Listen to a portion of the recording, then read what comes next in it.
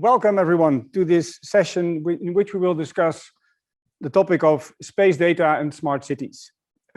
We address several subtopics today about service delivery, development, but also the link between space data sets and other data sets and how to use it, about funding programs, and about burdens we see and challenges we have to develop services which are ready for markets. Might be public, might be private markets. This afternoon, I've invited 8 speakers from various domains, from government, from institutes, and from the private sector. Space companies, but also non-space companies who will be present over here. Each will focus on their different services which they deliver or roles they have in the smart city domain and related to Earth observation data, navigation data, and also about communication. The build-up of this session is the following. Every quarter of an hour, we have a speaker, which will be briefly introduced by me, and then have a short presentation at about 5 minutes about service delivery and about their vision on smart cities and the relationship with space data and space. It would be highly appreciated if you could ask your questions in the chat, and then so we can get the speakers give the concise answers which you need to develop your services or to interact with other parties which are also involved in this session, and in which you can share the information with and build up new relationships to start new businesses. I hope that at the end of the session, not all questions are answered because of the huge amount of questions you have to us, to the experts. These questions will be answered shortly after the session, might take a few days, and will be put on the website. And on the website, ideasfrom.eu, every contact point and moderator is there. So you can always reach out to the specific persons which might be relevant for your topic or problem. My name is Martijn Seiger, and I'm from the Dot Space Foundation, and I'm your host today. So at the end of the day, we hope to give you some insight, to have given you some insights about integration and collaboration opportunities in the space domain and in the geodata domain. I want to stress now and show a portal which has been developed as a first step or as another step to stimulate collaboration. And it's a portal which will be live shortly in a few days. So if I can ask Dave to put on the slide. Next slide, please. So it's a co-creation platform. It's about informing and sending, and it's about co-creation and community building. And on the next slide, you will see an impression of how this looks like. It's the open calls in which we reach out to the industry. It is space industry and also non-space industry to have a look at the calls, and especially for the topic of space data and smart cities. There will also be calls which might be worth visiting, and we hope this will start in building business communities. So for now, so enough from my side. So let me quickly go to the first speaker. The first speaker of today is Mr. JeanPierre Beunen. He's Program Director, Smart Society and Sports of KPN. So he has over 20 years of experience in the business and ICT environment. So commercial management, several commercial roles, and now he's, as I said, Program Director, Smart Society and sports, and heavily involved in the development of the smart cities domain and how KPN can deliver services, but also what's their role from a more high-over perspective. And as a brief introduction, JeanPierre will show a short movie about IoT applications, but I want you to have a vision on how space data can be part of this IoT application session. And if there are relevant questions, please do not hesitate to share. So JeanPierre, over to you. The floor is yours, and good luck. Martijn, thank you very much. I will start with a short introduction of the company KPN and her vision on society.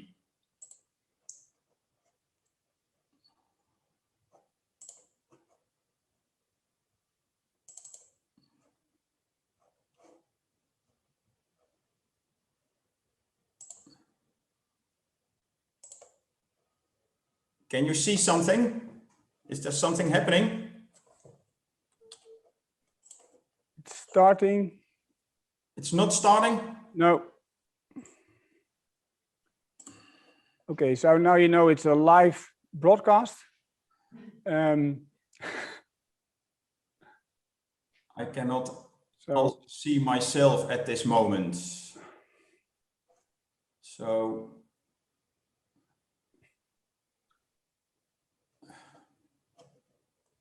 okay, then maybe as a kind of a bridge, you were involved in the smart city domain and also the Future Smart City Foundation, of which you are a member.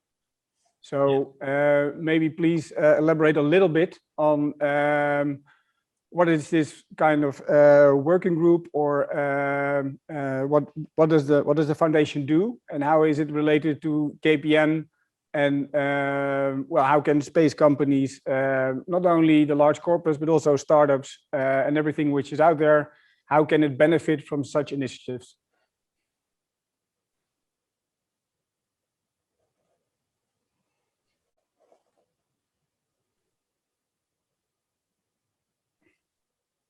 Martijn, can you hear me?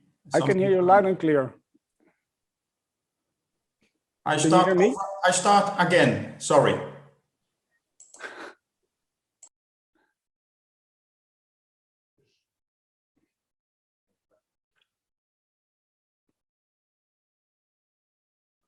All right, then maybe we should quickly move to the second guest so we can solve the technical issues.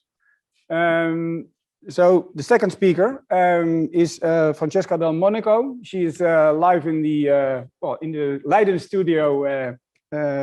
She's live in the studio. Project manager for Viasat, based in Amsterdam, the Netherlands, and she's a background in ESA projects and communication, and especially satellite communication. So Francesca, if I please may give you the floor and present Viasat and your relationship with the smart city domain and the things you're looking for today as a spin-off of today. Of course, Martijn, first of all, thanks a lot for this invitation, much appreciated. So as you said, my name is Francesca Del Monaco. I am project manager for Viasat. Actually, I joined Viasat 3 years ago. I was the second employee here in the Netherlands, and now we are 11 people in Amsterdam. And we are doubling our size quite soon and becoming 60 people quite soon. So the satellite communication is a very interesting and challenging domain, and I hope to bring here interesting contribution with my background in telecommunication engineering, with the expertise in the navigation domain, and with the current Viasat domain in satellite communication. So next slide, please.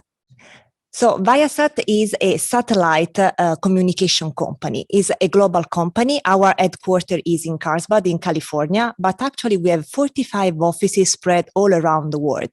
And we have 6,000 employees, of which 3,000 are engineers. So our mission, as I said, is to deliver connectivity to everyone, everywhere. And this is really our passion. And we are trying to do this in the with the most advanced technologies available at the moment. So the business, so where satellite communication can be used. In our business segments are mainly 3 segments. The first one is governmental applications. The second one is broadband services. So we are able to provide connectivity for in-flight, and I'm proud here to say that we are also providing connectivity for KLM, and also for maritime domain, and also for the final customer or for enterprise customers, and our commercial networks. So we are also building the networks. We are a vertical integrator, so we are also able to provide advanced technologies to our customers. Here's some nice pictures. So I want to give you the flavor about Viasat, what we are doing. So here you can see a family in a house streaming video, high speed, thanks to Viasat, thanks to the satellite technologies.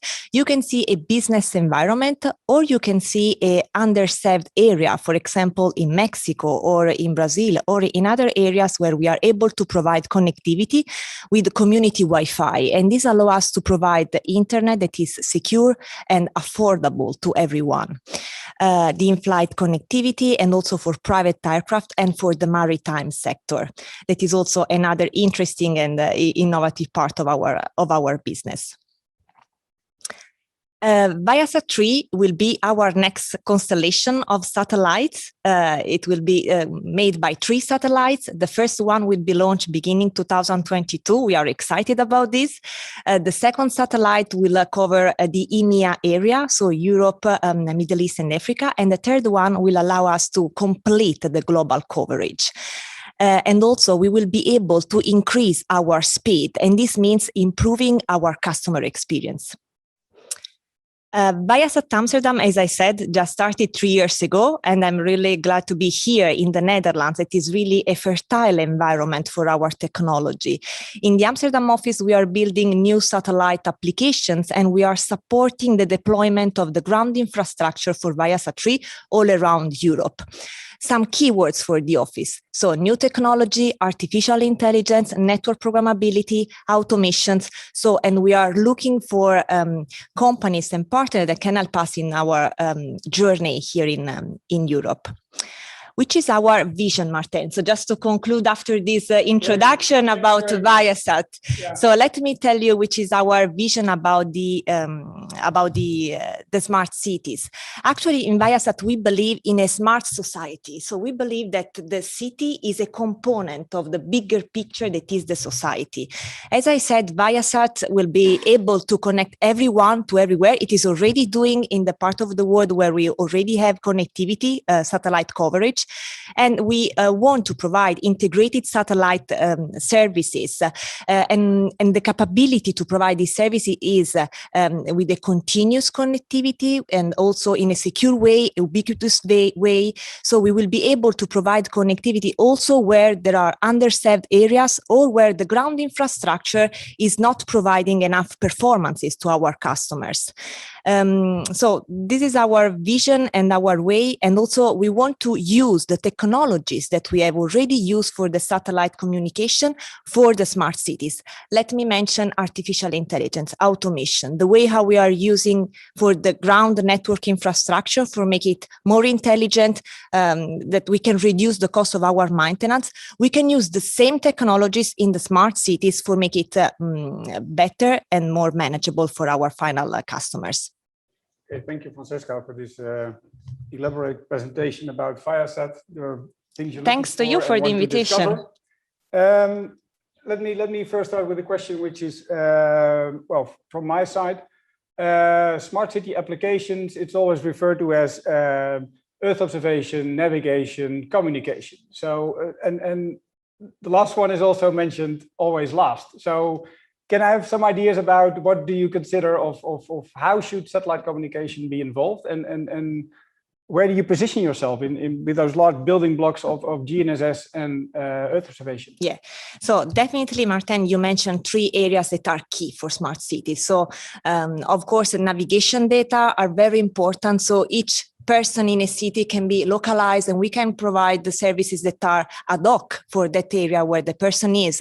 Also, the Earth observation data we have here in Europe, Copernicus, so will make us possible to do monitoring surveillance of the different areas. And these are really important parts of the picture. But another piece of the puzzle that is fundamental is the communication part.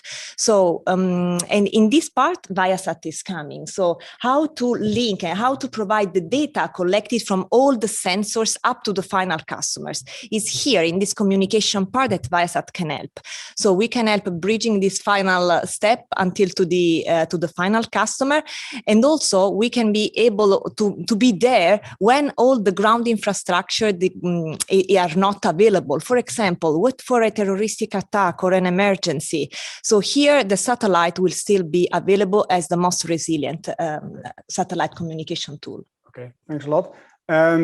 We're on a tight schedule today, so let me raise one more question. It is all about the entrepreneurs and larger and smaller companies.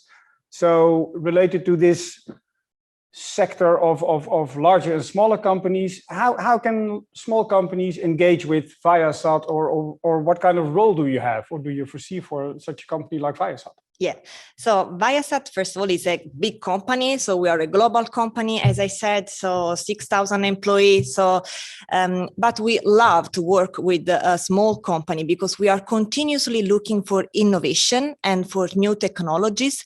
We are vertical integrators. So actually our domain spans from the ground segment up to building the payload in the satellite. But we are always looking for innovators, and especially if they are flexible, agile, very quick. We love to do and to do partnership with this kind of companies. Let me say that in the Netherlands, we are already doing partnership with companies here. Mm-hmm. So let me mention Pixoc, Lyonics, that are small companies, but as well as other agencies like with the TNO or with the TU Delft. Okay. It is fundamental for innovation to create a network and to merge our energies and our intelligence for new technologies. Okay, thanks very much, Francesca. You are welcome. Thanks to you. Invite to the world of Connect with us. So as said, this can be done via the website of Ideas from Europe later, so via me as host. And there are a lot of more questions.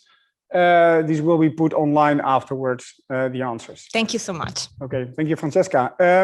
Let's try to get back to JeanPierre, see if it works right now, because then we go from space communication to more terrestrial communication. Shall I try again to start the video, or is that too risky? Let's give it a go, and then if it doesn't work, then we'll continue with the questions and based upon the preparation which we did earlier. All right.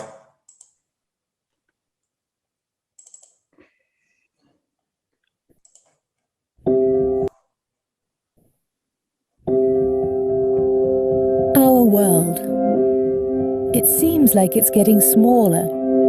But the funny thing is, our challenges seem like they're getting bigger. In our society, in our work, and even in our personal lives. Everything raises so many questions, so it's good to know that everything can also be the answer. When we connect everything, everything can communicate. And when everything communicates, anything is possible. Senior citizens can move around more freely and live at home much longer, just by being in constant contact with their caregivers, so they know help is always at hand when they need it. Our luggage can talk to us while we travel, with a special tag and a simple app that lets us easily track and trace our own suitcases in real time to make sure they will never get lost again. And by managing street lamps remotely, we can turn up the lights when we need to, and turn them down whenever we want. Making the city safer, and city lighting more flexible.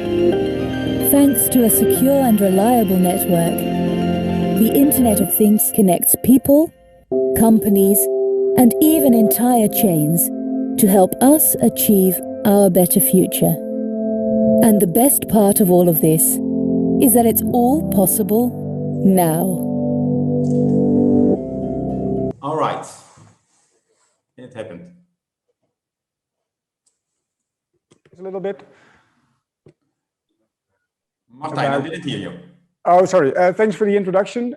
Maybe you want to add a little bit on this about future developments of smart cities applications, involvement of remote sensing techniques, for example. Yeah, thank you for your introduction. Yeah, what I would like to say is that KPN is a digital enabler. The most of us people know KPN as a traditional connectivity provider of mobile and fixed communication, but the greatest part of KPN is that we exploit secure cloud infrastructures for sharing data. That is the most important part of what we are doing in the Netherlands. And what we would like to do is to work together with government, with other private companies to build ecosystem to make a smart society. Okay, and related to the Smart City Foundation, to this initiative in which municipalities are collaborating with business partners like KPN. Yes. How is this made tangible, or what do citizens see from this? What citizens see is that in the field of security or in the field of mobility, we would like to provide citizens with smart solutions that makes life easier or safer or more to connect more objects, to make a safer world, a better world, and to solve the social issues at this moment in the society in the Netherlands. Okay. And is there a difference between the uptake of these services between larger and smaller municipalities? Is there anything tangible which, well, from your perspective, from larger corporate, but also smaller companies should be aware of? Now, large companies such as KPN should learn from small companies, also from startups and scale-ups. We have a large and wide scale in the Netherlands, but startups and scale-ups can innovate much more faster than large companies. And what we would like to do is to cooperate between the innovators, between the government, and to closely work together with institutes, mainly knowledge institutes. So the quadruple helix is something what KPN is closely cooperating in. Okay, and startups and smaller companies. I know you have a very active and intense startup program or startup division within KPN. Yes. It could every good idea go to KPN, and how do I didn't ask you before, but how does this work? The engagement between smaller companies and KPN.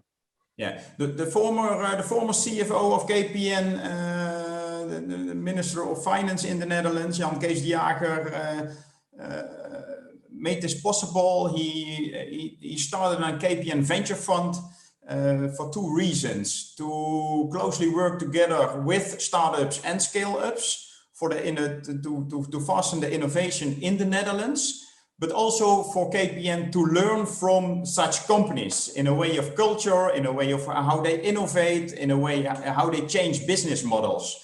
And that investment fund, the KPN Venture Fund, a lot of people think it's for making money for KPN, but that's not the intention. It's the main focus and the main aim is to learn from such companies and to reinvent the company KPN by doing new things, working on new models, but also from a society perspective in smart mobility, smart agricultural and smart society. Okay. The smart society topic addressing specifically, if you are engaged with larger cities, for example, about the data infrastructure part, is space as a data domain, is it considered? I know there's a large testbed, of course, a 5G testbed in the north of Holland. KPN is also involved over there, also ESA. Yes. Is this on top of mind, or is it just another data source like any other in situ data or data which is already out there? For KPN, it is just a data source, and maybe you don't want to would like to hear it, but KPN is a digital infrastructure provider, and that's where we invest the money. There are other companies who make new information products to solve the problems. So KPN has no domain knowledge of smart society, of agricultural, where we are focusing on digital infrastructures and cloud data platforms environments. It are knowledge institutions or other companies who can build algorithms on the data environment of KPN. Okay, so maybe just to ask the former speaker, is there something which you can think of, some kind of a logical way of starting collaboration now that you know? Well, of course, we had hoped to be here all live in Leiden, but in any case, is it So let me say that for us, we also believe that the hybrid connectivity will be a technology enabler for the smart cities and for the smart society. We already had this technology in place in the US. We are improving with the new products. So we believe that merging and using both technologies, so terrestrial connectivity and satellite connectivity, we can give the best customer experiences. And I think this is one of the areas to be explored for the smart cities. Okay, thank you, Francesca. We have a third system integrator over here, which is Ron Valk from CGI. I'm going to ask you the same question. I will introduce you later, but it's live, so we have to anticipate and stuff. No problem. Yeah, I think the communication providers are very useful for us, of course, to connect the space service we provide together with the real world. So that's, I think, very useful. And that's we use data providers or communication providers as our baseline for what we do. Yeah, okay. Thanks for the answer. Are there any questions from the audience, Steph? Is it too complicated or too easy what we're discussing? So please let me know so we can anticipate then. JeanPierre, from your side, from KPN, are there any final thoughts which you want to share with the audience about smart cities and about applications? What are you looking for, in need of? No, the main focus to build a smart society or a smart citizen or to support them is to build together private public companies in an ecosystem. So there is no one-way solution. We have to cooperate and to work closely together to solve the problems in the society at this moment. Okay. Well, this is an open invite to all, I guess.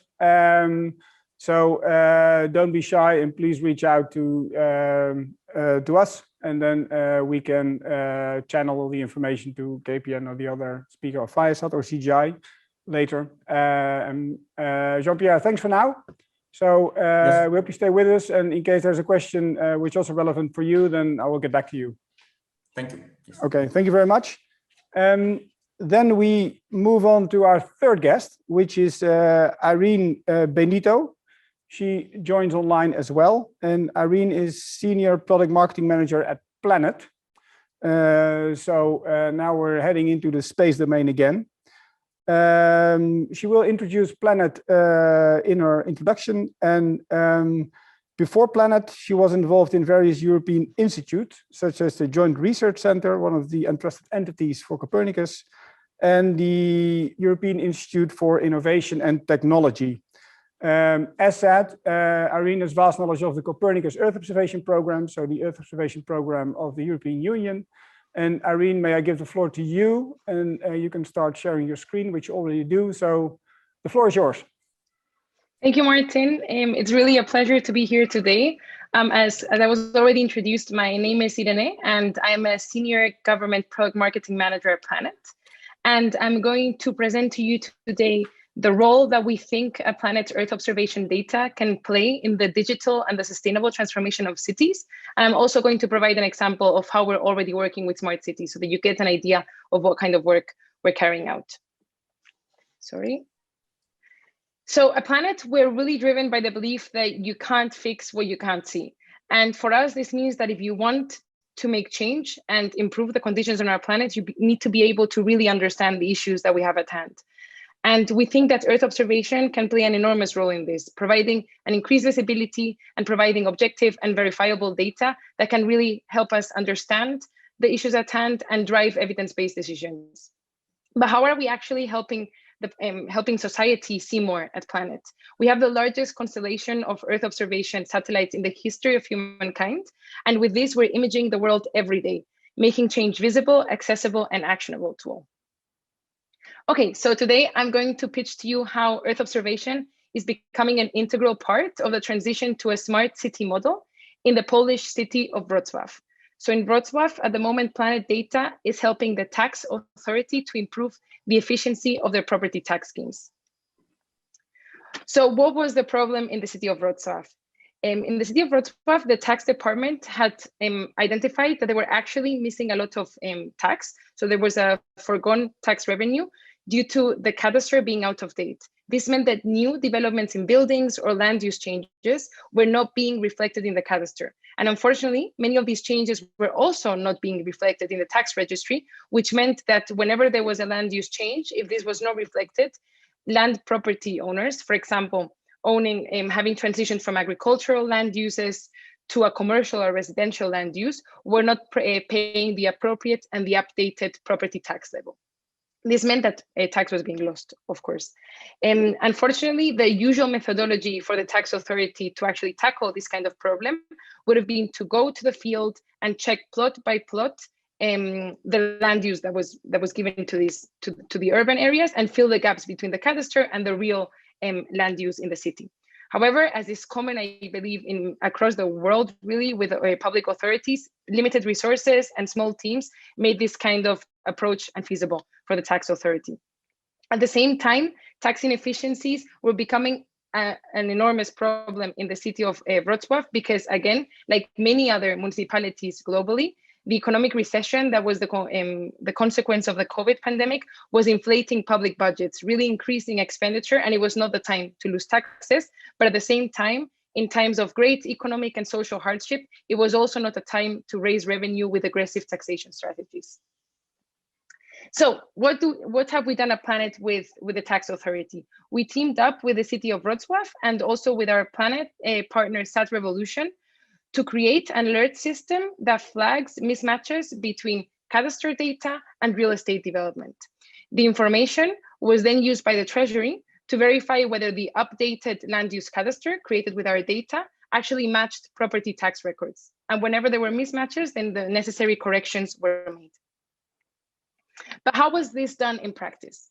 So the first step was actually to obtain the historical land use of city areas using our archive of 3 to 5 meter resolution imagery. Our archive dates back to 2009 and contains over 10 billion square kilometers of imagery globally. The purpose of looking at the archive was to create a historical benchmark of land use, to be able to discriminate between new changes and actually changes that were there already before the exercise. To answer questions such as, was the building actually there before already? The second step was to use our monthly building change detection product, which identifies automatically changes in buildings at a 3 to 5 meter resolution. These were changes, for example, new buildings, but also extensions to existing buildings. So you can see here in the image, I don't know if it's very clear, in yellow, you can see all the buildings that were automatically identified by our change detection product. After this, and whenever needed, a closer look into the development was taken with Planet's high-resolution half-meter imagery. With this closer look, we were able to check details such as the stage of the construction process. So we could verify, for example, if the building was already finished, so actually the cadastre had to be updated, or whether the construction process was still ongoing. Once all these changes had been identified and verified, our partner, Sat Revolution, added their layer of analytics. This contrasted our change detection of buildings with the city's cadastre. And then the solution actually discriminated between buildings that were already there, so you can see them here in red in the screen, and buildings that were not there before and that were actually new buildings, which are the yellow ones that you can see. So whenever there was a yellow building or a mismatch between the real land use change and the cadastre, an automatic report was given and made for the tax authority. So the final slide, the project is still ongoing, but so far we have completed 3 phases, which correspond to 3 areas of the city. 1,060 reports have been created, and the accuracy rate of these reports has been of 50%. The benefits, which have been reported by the authority, have been really good. And so far, we have received the following feedback from the tax authority. Firstly, it's great that the solution only requires cadastral data, which means that the tax authority doesn't need to share any kind of personal or tax data for the verification of the product. Secondly, because the product was really tailored to the needs of the tax authority, it was easy to integrate it into the existing workflows of the Treasury, which meant that the results from the reports were very fast, and the process only took 3 weeks to be verified, all of these reports. At the same time, although the final results of revenue will not be available until August, before the start of the project, the Treasury estimated that an additional 1 million euros would be generated in revenue, which would be gained in terms of efficiency. So by decreasing these efficiency losses they had before. And the final, and actually the very cool externality from this project, was that the promotion of the activity by the public authorities and social media has actually encouraged citizens to actually come forward voluntarily and correct their tax class ahead of the reporting. So it's been a very good preventive measure for the city. And that's it. Sorry, I went a bit over time, but I'm really excited to get questions from everyone and also to be contacted at my email address, which is in the screen, irene@planet.com. Thank you. Okay, Irene, thank you very much for the presentation and about the nice use case which you shared with us of the city of Wrocław. Before we enter into the question of the audience, I would like to raise a topic. You mentioned it was a collaboration between Planet and another company. Is this the way you always work, or are there also own developments? And how do other companies, small or large, interact and engage with you as an organization? So thank you. That's a great question. So it really depends on the case. So some of we do engage with final consumers, and it really depends on their necessities. So in this example, for example, the city was looking for a very specific product that required an additional step of analysis and on product development, which was done by our partners at Revolution. Other times we provide directly to public authorities or governments the imagery themselves, which they have their own in-house expertise to then develop further and work with. So it really depends on the characteristics of the final consumer, their level of expertise with geospatial data, and their capacity. Okay, thanks a lot. There's a question from the audience, Steph. Yes, there's one question from the audience, from Amanda. And she asks, what kind of communication is used between satellites and ground station? And then a follow-up question, isn't it depending on weather? So I have to admit that my area of expertise is not ground station technology. However, all our data is stored in the cloud. And I believe that our ground stations do not depend on weather. However, I do have a colleague of mine in the call that maybe has more information. So maybe she can help me quickly on this topic. But I'll come back. I think this question was given by Amandine. Thank you very much. I can follow up on this question afterwards with the specific technical details so that I don't mess up now. Maybe refer to use the chat for the answer. Maybe others want to address this topic about communication between satellites and ground stations. Otherwise, we take the next question. I can just add something about the topic. So regarding the definitely, for example, for satellite communication in K-band, so there is a component of the quality of the signal due to the weather. But actually, since the design phase, we are taking care of this, for example, as Viasat, and ensuring that the quality of the service to reach the target in whatever weather conditions. And if the weather, for example, is instead is a nice sunny day, it's still better. But by design, we are able to provide the target customer experience. Okay, thanks. Yeah, I think it's a good answer. Yeah. Okay. Oh, very well. It's ratified by experts, so which is great. Okay. So, other questions, Steph? Yes, there's another question I see from Grazia. Grazia is actually one of our panelists later today, so maybe you want to ask the question yourself. I can read it. Right. I also want to share my screen here because I can actually show the satellites that were involved in this solution. Can you see this slide? Yeah. So as I mentioned in the first step, we used our historical archive, which was provided by the constellation Rapid Eye, which is again a 3 to 5 meter resolution imagery, which dates, and an archive that dates back to 2009. Then the next, Then the next product that was used for the base maps and the automatic sheen detection were our DOF satellites, which are the crown jewel really of our constellation. These are almost 200 satellites which are constantly orbiting the Earth and providing an image of every single area of land on the Earth every day at 3 to 5 meters resolutions. And we provided to the city of Wrocław monthly base maps using this PlanetScope data from the Dove satellites, and then added our own layer of analytics, which automatically detected buildings. And then the third phase, which I showed, whenever there was need for, and this is also, I have to mention, this service does not require tasking. So this is done without the necessity for tasking. It's done automatically every day.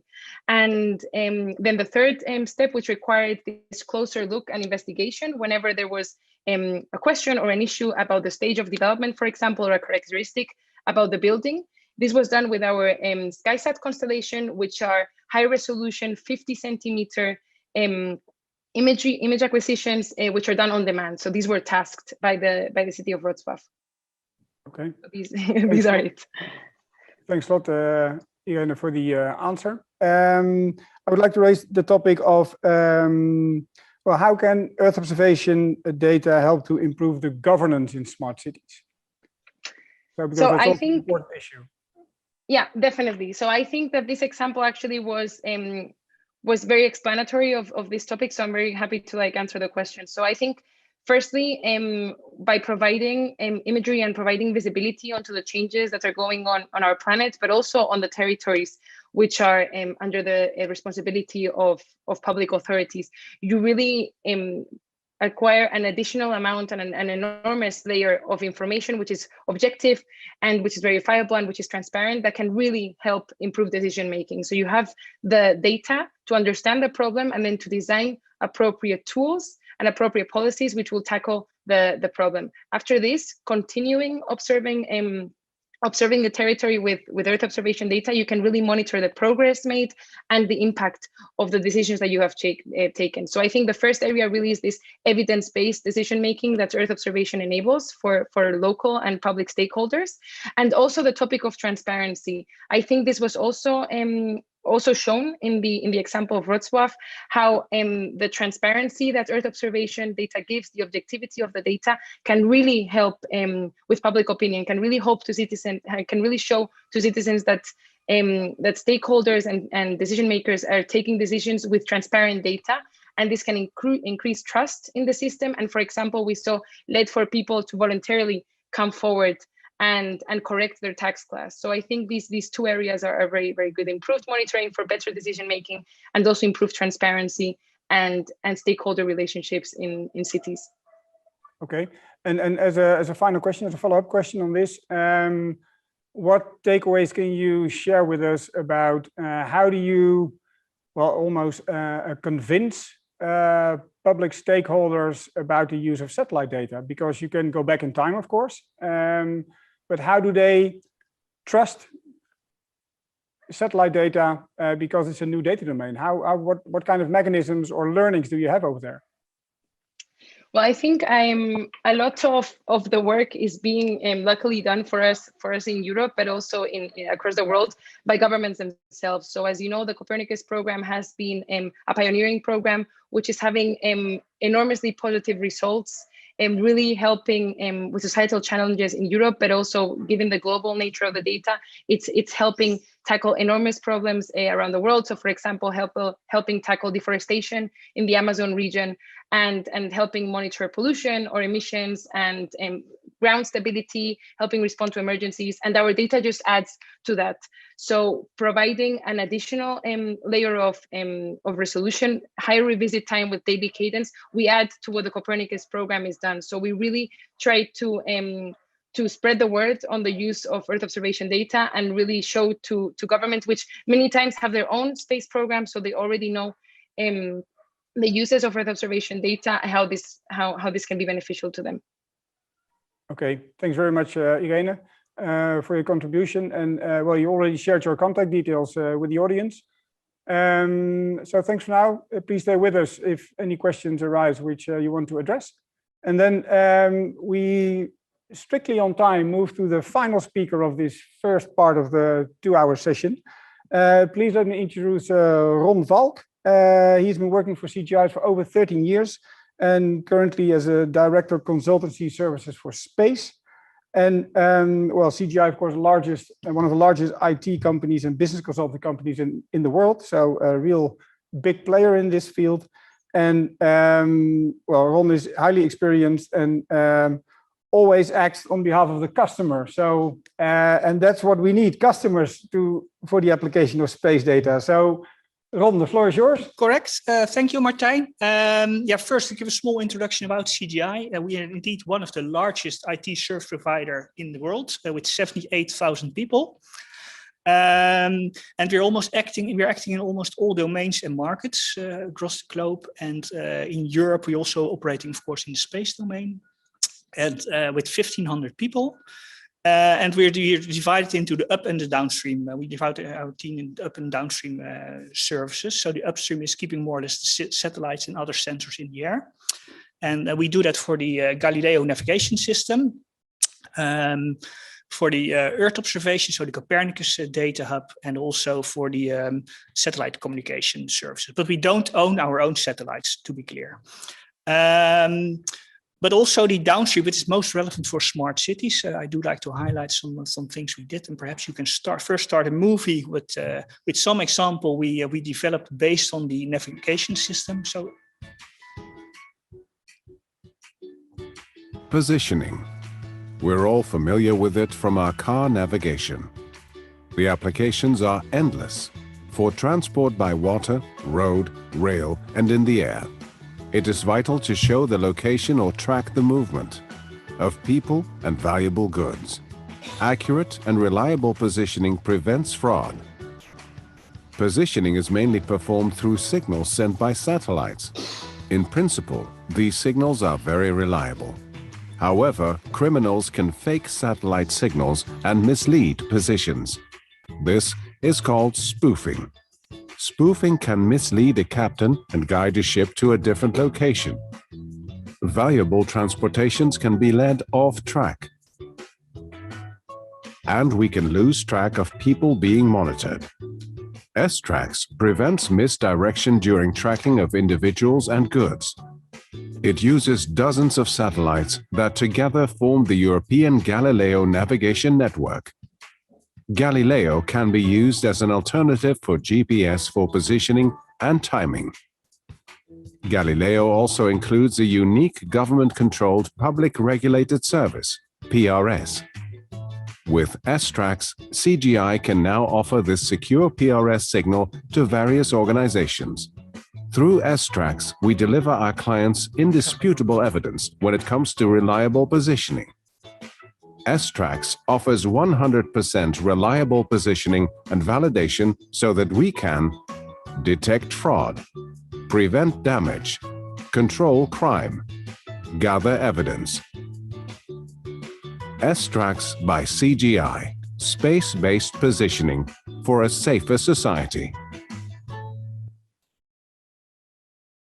Okay, what I would like to highlight with this movie, that's we rely more and more on the position, but we're not sure if the position is correct. So if your sensor on the ground is somewhere, do we trust that the location is really the location which is provided by the sensor? So the solution we developed, it helps us to validate the exact position. So that's one example we do for CGI. My team itself works more on the Earth observation domain. So I heard some examples from a planet where they did something in Poland, I think it was. And we do those kind of surveys. And the question from Martijn was, okay, what can we do about how can we convince the users, the end users, about the reliability of the things we do? Now, how we normally do that, we run a proof of concept. And using a proof of concept, we also use local sensor in situ data to validate, okay, is these sensors, which is a less resolution from the satellites, but how can we validate those information and then model it to a global space? So then the satellite Earth observation information is an addition to the local sensors. You can use the satellite information to apply it towards a larger scale. So you can prioritize, for example, your local sensors compared to, so if you can first monitor the large scale area, the larger region, and then focus with your in situ sensors on this more detailed scale. So then you can reduce the number of sensors on the ground. And that's, I think, the bridge between space and the in situ data. So from my team, we have developed multiple types of service. Perhaps you can show the second slide, to be honest, or just third slide, sorry. We've developed multiple services. So we have developed a change detection service, for example, also based on this little bit comparable with the example demonstrated from Planet. To identify changes. Where are the new buildings, new construction signs? What are the changes before and after a certain situation? From my perspective, the Planet example is based on optical data. We also use radar data, because there are also radar satellites in space. Same for our deformation service. We can measure from space assets. The example we did, or the service we are running, we monitored greenhouses. So to identify deformation from greenhouses on a millimeter basis. So you can use that detailed information and use it and apply it to monitor your assets. We also have a damage service available, which enables to, after a certain event, if there was an attack on the ground infrastructure, you can identify using space assets, you can identify the impact of the situation. Also, we have a thermal service, which you see on the top in the middle picture, because you can also compare houses to each other. The temperature of rooftops. So from energy perspective, energy leakage, what regions in cities do you need to prioritize, or what, because we actually measure the data, so where are the heat islands? Where is the actual temperature growth? It's not based on model data, it's based on actual measurements from space. The final last one is our object detection service, in which we detect, for example, for this example, ground space, sand bulbs, and then to illegal storage of sand in cities. Another example is not from the object detection, but also measurement from light pollution. So that's another example we apply around the world, and it's an example from our environmental related services. And that's, I think, it's a small introduction from CGI. Okay, thank you, Ron, for this introduction and overview of services which CGI delivers. Also a question, because I know in the past it collaborate between bright minds and large companies, which is always on top of mind of everyone. Yeah. How does it work? And why doesn't it work, or why does it work? I think because we are a software integrator from origin. So we don't have the detailed expertise. So we promote and we prefer to work with specialists, so more smaller companies, because they're mainly focused on specific information knowledge domains. And that we can collaborate and we can build more reliable system, because as CGI we can provide 24/7 type of services. That's how we are organized, so we can do that. Okay, thanks. Another question, which is we all speak about smart cities, and maybe you all want to respond on this. We speak about smart cities, but as far as I know, addressing space data, how relevant it is, and how reliable it is. Mm-hmm. You always have to deal with what kind of knowledge or level of knowledge do you see at public buyers of space data applications? Is it an easy sell, or is it? I think consulting, and then yes, I think from business perspective, the first proof of concept is quite an easy sell, to be honest, because most companies do have some innovation budget available, but the next phase, okay, the continuation after, what needs to be done for the actual implementation? That's, from my perspective, that's a harder sale, to be honest, because yes, innovation is being promoted, being pushed also by the next speaker. From Dutch Space Office, so from it's promoted, but then the next phase, okay, what will happen after the initial innovation? That's, I think the more complex way, or the more complex part of this. Okay. Maybe Irene would also like to respond on this, because I know you are a sponsor of the Copernicus Master. So also support and guide startups who win this competition. So maybe you want to respond on this. So how, what kind of takeaways do you have, or learnings about the knowledge level of, for example, the city of Wrocław, which you did the pilot with? So yeah, so I mean, we understand that there is actually, one of the questions was already posed on this topic in the chat. So I think that the amount of data from a multiplicity of sensors, from public, from private sector, is overwhelming. The quality of the data has really improved at a astronomical pace over the last decades, and even more so over the last years. So the wealth of the data at the moment is there. However, it is true that we need to develop further applications. We need to develop further the technical capacity also of users to be able to take up this data.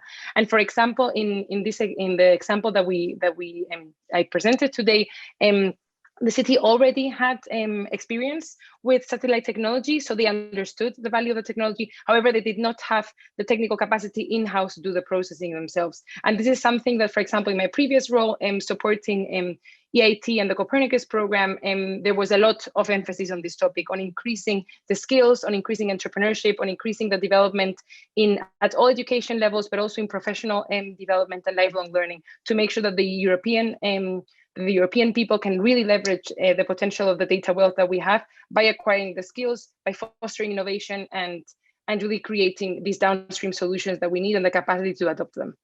Yeah, so that was in a nutshell. In a nutshell.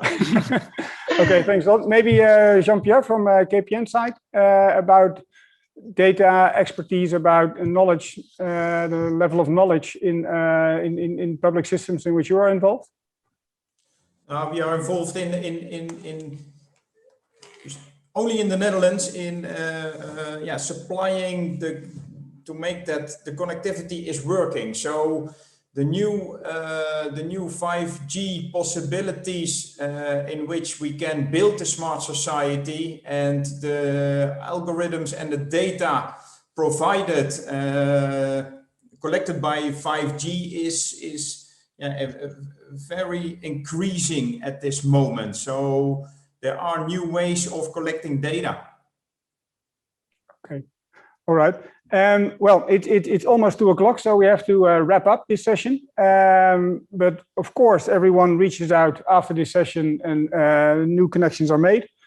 Ron, and I'm going to ask you the impossible. Please summarize in 1 or 2 words your takeaway from this session and the input which you want to give to help promote the space data use on any domain. Okay, I do like to invite all the participants in this call to contact one of us, because I think there needs to be a lot of there needs to be more collaboration. I think that's the collaboration and the development of. Yep. Thanks a lot, Francesca. Definitely integration, collaboration with the target of a better society. Very good. Thanks a lot.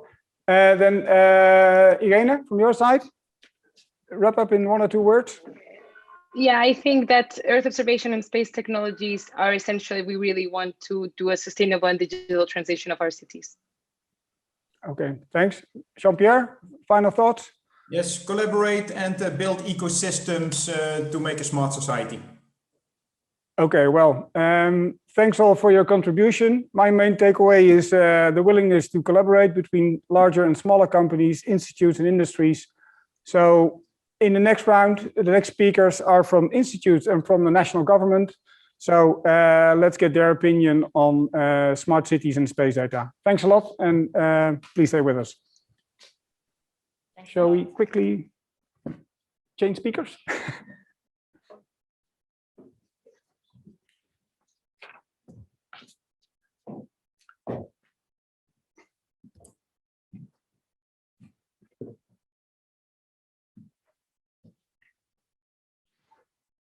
All right.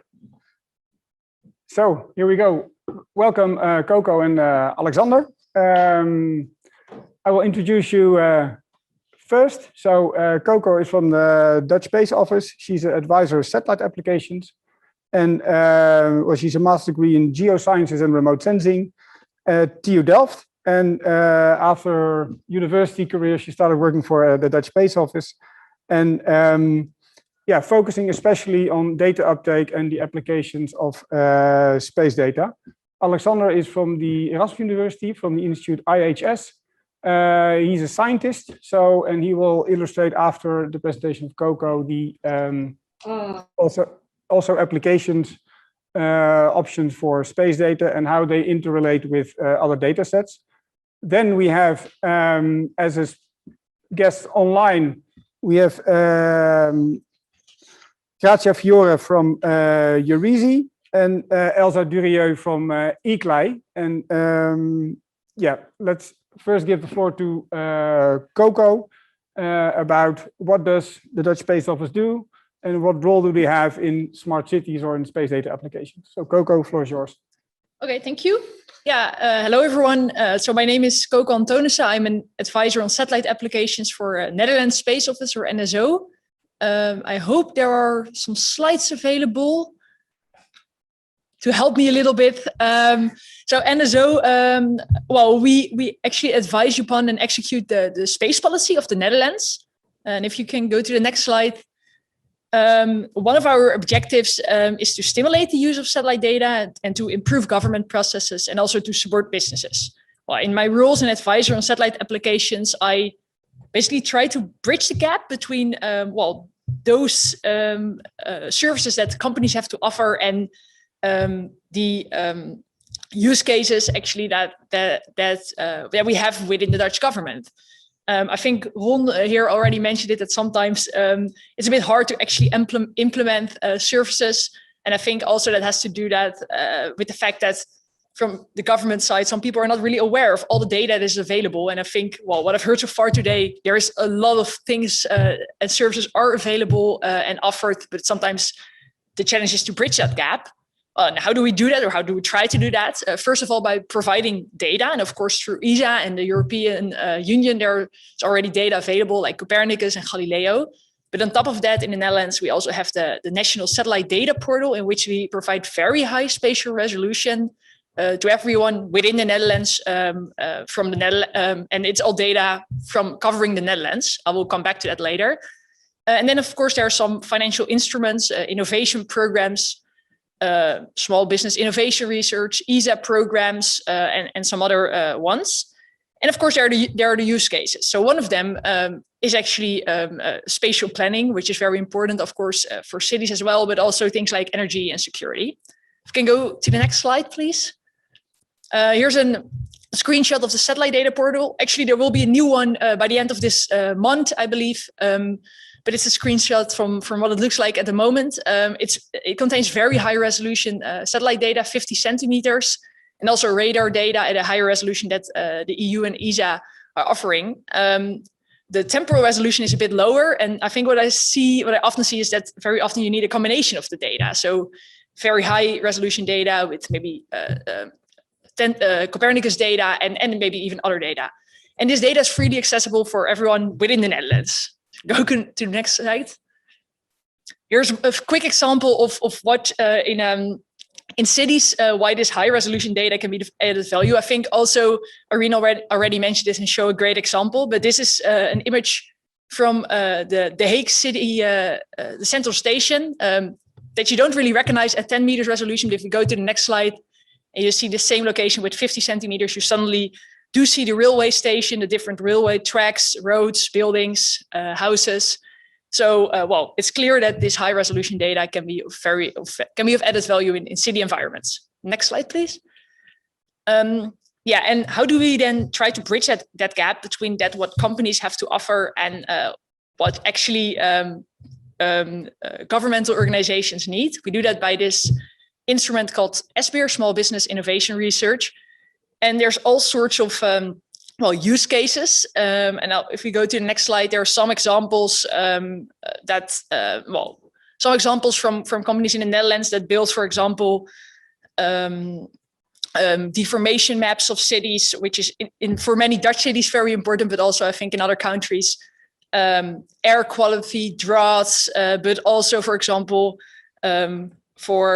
wind energy. So it's very broad what we can do. And with those innovation programs, we try to stimulate the use of satellite data by companies, and then increase the amount of use of satellite data by the Dutch government. Next slide, and I think maybe that's already my last. Yeah, so thank you for the attention. And if there's any questions, I'm happy to answer them. I don't know if the audience has any questions. Thank you, Coco, for the contribution about explaining another data source like Satellite Data Portal and what NSO does. Of course, we had some kind of a prep talk, and we addressed a very interesting topic about. We spoke, and it also reflects to the next speaker. Smart cities. We focus on our country, the Netherlands.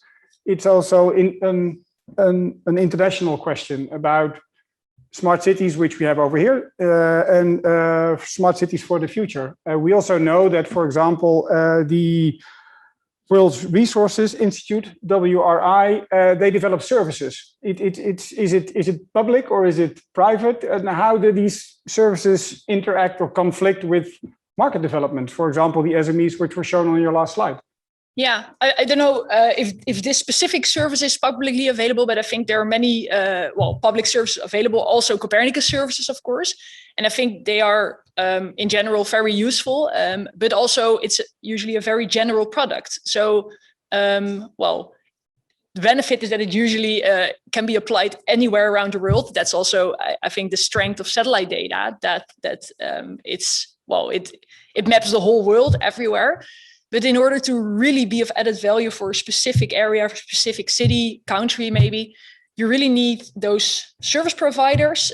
We already saw some presentations today that can really pinpoint the data that is available for this specific use case. And I think that's where value adders in the Netherlands and outside really come in place, and to create an answer to the very specific questions that a city might have. Okay, is there? We'll get to the question from the audience after this follow-up, please. Is there a specific role for NSO in this part, or other national space offices to make the bridge between the company, the service provider, and the economical benefit for cities or the country as a whole? Yeah, I think so. I mean, I think that's part of our role and also what we're trying to do. So we are in contact with lots of governmental organizations, ministries, but also cities, municipalities. And we try to show them all the different things that can be done with space, also showing them examples of services that different companies in the Netherlands provide, and thereby hoping to make them aware of what is available and get them interested in those services.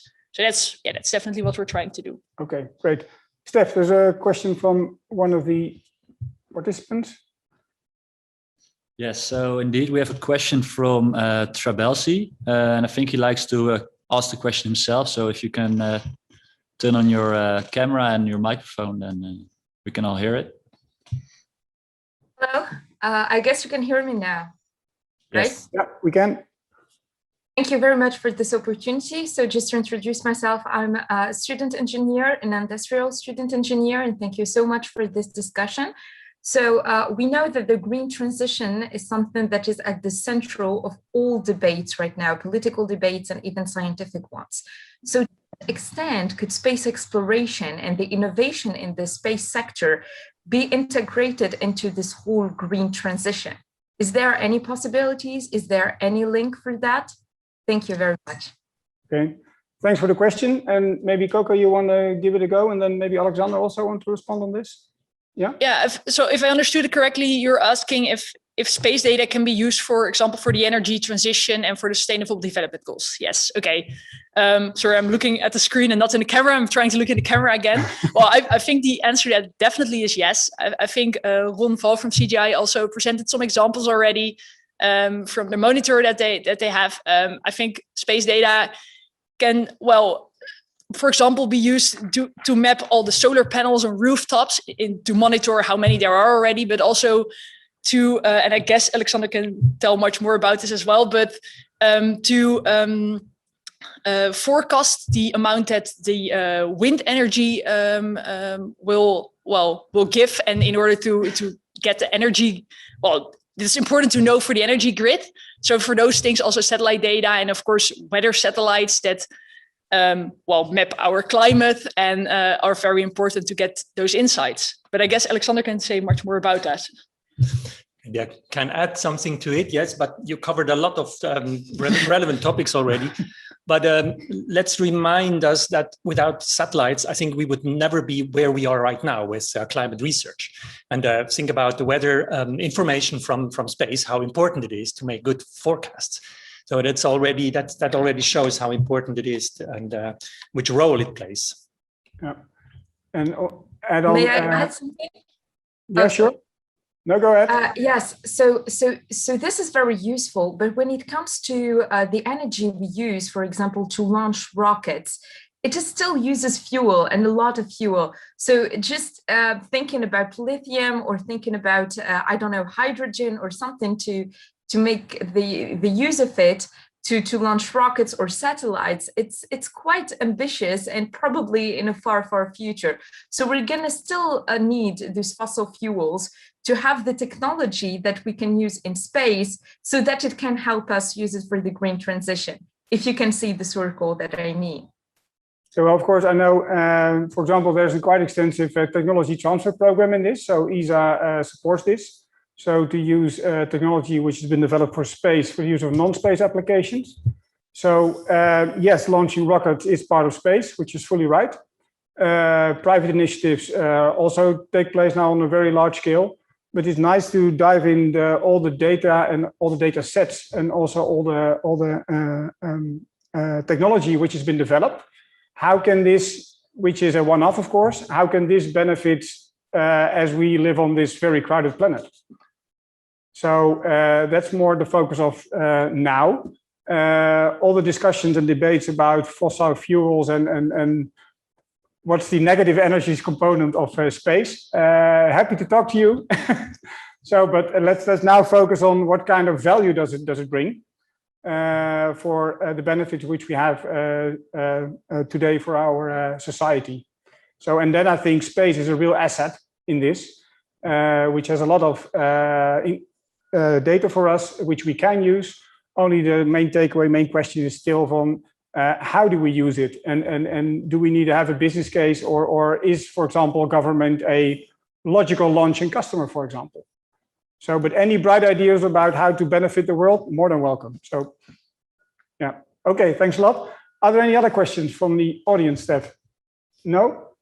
So we spoke about, Karim is now, no, okay. We spoke about SBIR. I hope a lot of startups will watch this video on YouTube, so we don't see them in the call. What kind of other support mechanisms are there for startup companies, for example, from NSO? Well, I think there are several programs also within ESA where also startups can benefit from, and often proposals for those calls need to go to NSO first, and then we need to also how do you say this in English? Actually, well, if we think it's a good opportunity, it's a good then we will also forward it. Then it can be forwarded to ESA, and if ESA also agrees to that, then there's also possibilities definitely for startups in those ESA calls. And of course, from NSO, startups can also take part in those small business innovation research programs, and we can always give advice on other opportunities. Yeah. And of course, there's ESA Big, yeah, which is the startup program. Yes. Thank you. I forgot about that, but of course, a very important one. Yeah. Okay, very good. Okay, Coco. Thanks for now. And I hope you get a lot of questions after your presentation. So NSO is key in developing space products or space-based products, let's put it this way. Yes. Okay, then we move on to Alexander Loss from IHS. He is involved in climate research in urban development and renewable energies, of which we had a session yesterday. So please watch the video or playback on this. It's also on YouTube. He's a remote sensing expert, knows a lot about space data. Alexander, the floor is yours. Thank you, Martijn. As I'm from origin, I'm a climatologist. Maybe there is the presentation that, oh, it's already there. Oh yeah, very small. Can you make it bigger? Thank you. So I'm from the Institute for Housing and Urban Development Studies at the Erasmus University in Rotterdam, the Netherlands. So our institute is built on 3 pillars. So it's the education, advisory, and research. And we offer also master courses for students, for younger students, and for mid-career professionals in different forms.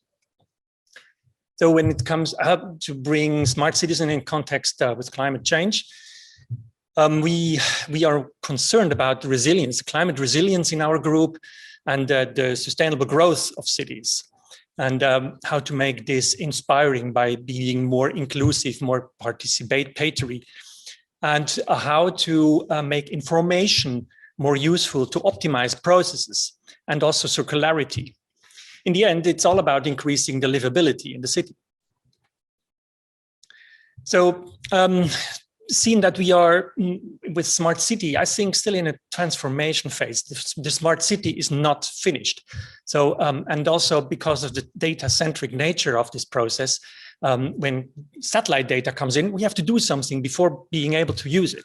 So we have to pre-process those data coming from satellites, making analysis, making complicated calculations to produce value-added products. And these products then eventually will be adopted by the businesses and tailored for special needs in our society, and especially here in this case, in the cities. And let's hope that this process will also make use of the shared principles, so to be more inclusive and more sustainable in the end. But let me talk about an example where we are working on. We see here some air pollution information collected by this fantastic instrument Tropomi on board the Sentinel-5P satellite. And what you see here are 2 pictures from 2 different time periods in 2019 and later on in 2020 during the pandemic. And in the upper part of the picture, you see these peaks, which reflect the concentration of air pollutants above metropolitan areas, where these have been gone in the lower picture during the pandemic. That is an average over a period between March and April. So it's fantastic to see the emissions above such metropolitan areas or power plants, which is a very important information we need to include in our models and other instruments to make good air pollution products. However, when we want to zoom in into smaller areas or a smaller time period, we have probably it will be a challenge to use satellite data only. So we have to look into other data resources and data providers. And what you see here, this is a citizen science network called Hollandse Luchten around Amsterdam. And on the left-hand side, and as well on the right-hand side, you see these pillars, which are the measurement locations with the data. And just to give you an impression, this area showing these measurement locations is about the size of 1 pixel seen from the satellite.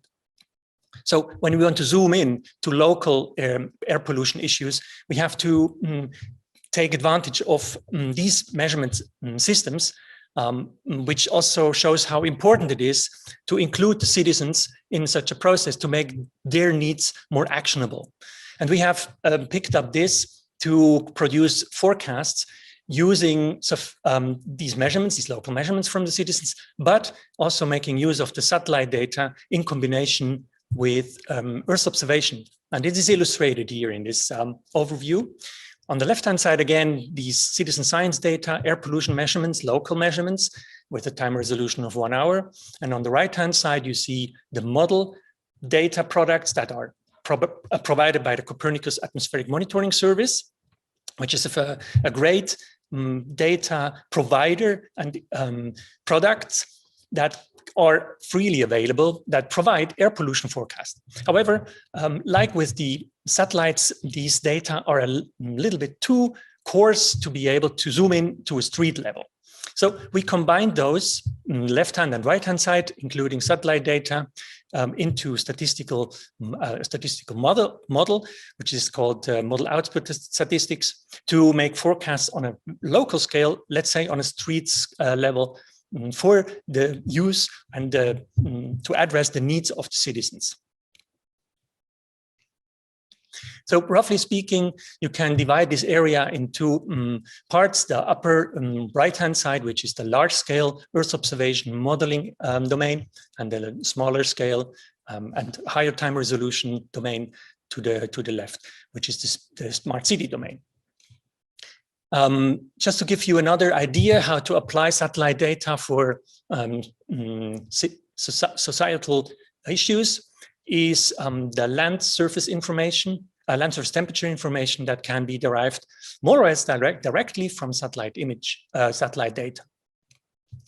On the top panel or the top image, you see these land surface temperature, a map, which has roughly a resolution of 30 meters. And then we use other imagery from visible channels and near infrared to characterize the land. That's the so-called land use, land classification mapping, which eventually brings us to the locations where we can apply, for instance, nature-based solution to reduce this urban heat island problem. And the nice thing of this is also that with all this knowledge, we can create co-benefits. For instance, to look how we can also improve at the same time the air quality around this area, or to create downstream products from this, which might be some maps indicating the distance to the nearest cold spot. And also, this is important to remember that this information that is inside is going to feed back into the satellite data processing to make data products in the end better again. So this is a circle that is also evolving and so we can also help each other in this process. That would be my presentation. So thanks for your presentation, and also elaborate a little bit about the work of IHS and also your specific interest, climate topics. Steph, any urgent questions from the audience? Yes, I see a question from Jan Willem. I see that he also has turned his camera on, so maybe he would like to elaborate on his question. Yeah, thank you very much. Jan Willem Wisseling from City Deal Smart City. This is how you do it. And I was wondering during this and other presentations that the data you talk about is a lot of data which is a moment or a spot, so to say. But can you also, but the system is, the city is more and more becoming a system and connected all over. So it's no longer about points and spots and moments. It's more about inventing a system and using it as a system, like the internet. So the question is, can you also use these satellite data, which you refresh over and over again, to make better systems?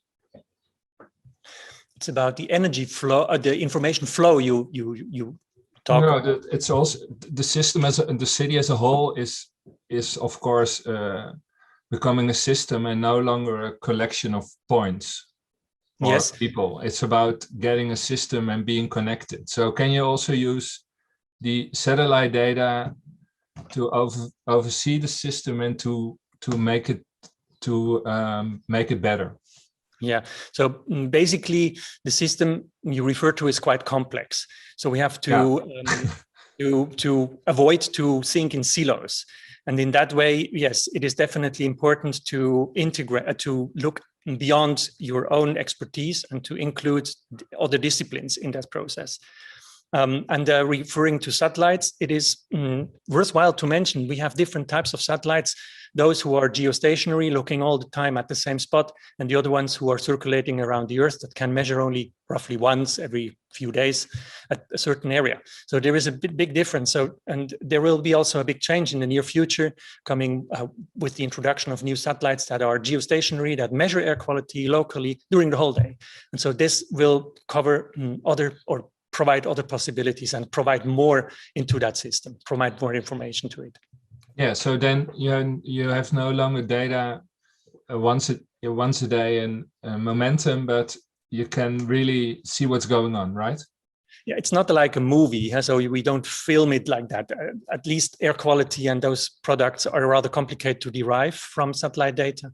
So it's a challenge to do that, but having geostationary information on a higher resolution with sophisticated new technology makes much more possible. Yeah, that's interesting. Maybe also brings all kinds of new possibilities.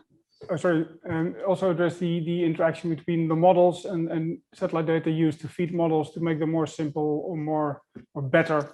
Yeah, as you have seen in this overview in the presentation, there are different layers. So we have the Earth observation layer on the top, and the citizen or the modeling to the right-hand side, this is an important, really important subject or problem, let's say, that satellite data and ground-based measurements are not always directly comparable. So you need a layer in between. And this layer is the modeling layer. And this modeling layer is also fed by satellite data. It's the so-called data assimilation that is helping models to constrain their boundary conditions and to make them more accurate. It's a very important ingredient. Yeah. Can I ask another question, please? Only if it's a very short answer, because we are on a very tight schedule, and I know we have a meeting scheduled next week, so we can ask. So very short. So can then the next step be that we can forecast or foresee how such a system is going on, and for example take how do you say, do something about it. So if you can forecast that something is going wrong in whatever kind of system you have in the city, that you can prevent things. In how many years can that be possible, you think? I can try and answer this question. I don't have the exact answer, but I think what important is to give you a really realistic answer as well. But it's often a trade-off between very high spatial resolution, so that you can have very detailed data. This 50 centimeter resolution data, for example, that's quite sparse. You have other data with maybe 10 or 100 meter resolution, and it's usually a trade-off between the spatial resolution and the temporal resolution. So if your spatial resolution is high, you see lots of detail. Usually that data is not available every day. Well, commercially, actually it is. So you can always buy it, but it's also quite expensive if you would want to buy those images every day, multiple times a day from your city. But if you look at open data, it's always a trade-off. So very high resolution data is less often available, and less high resolution data is more often available. I have maybe one example. I try to make this short, just 1 minute. Of one of this innovation project that we're at the moment working on with some companies that really is focused on forecasting the construction phases, construction sites, because it's important. Every of those construction phases has its own risks. Let's say people need to work under safe conditions, fair conditions, and the ministry that's responsible for monitoring that in the Netherlands wants to have actionable insights, actionable data, actually, so they can do that monitoring in a more efficient way. So if with satellite data, if you can monitor those construction sites and thereby using models as well to predict what the next phase will be, when it will start, then you can do your monitoring on site in a more efficient way. So I think that's an example of how satellite data can use in combination with models to prevent dangerous or unfair situation on construction sites in this case, and really helps you to take action on time. Yeah. Okay. Thank you so much. That's interesting. Okay, well, thanks for contributing to the session, and hope you stay with us.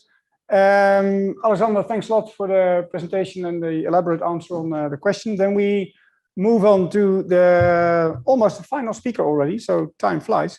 It's Elsa Durieux. She is joining us online. Elsa is from ICLEI, and ICLEI supports cities in a transition towards greener and fairer economic models, and with a lot of experience in finance and public procurement.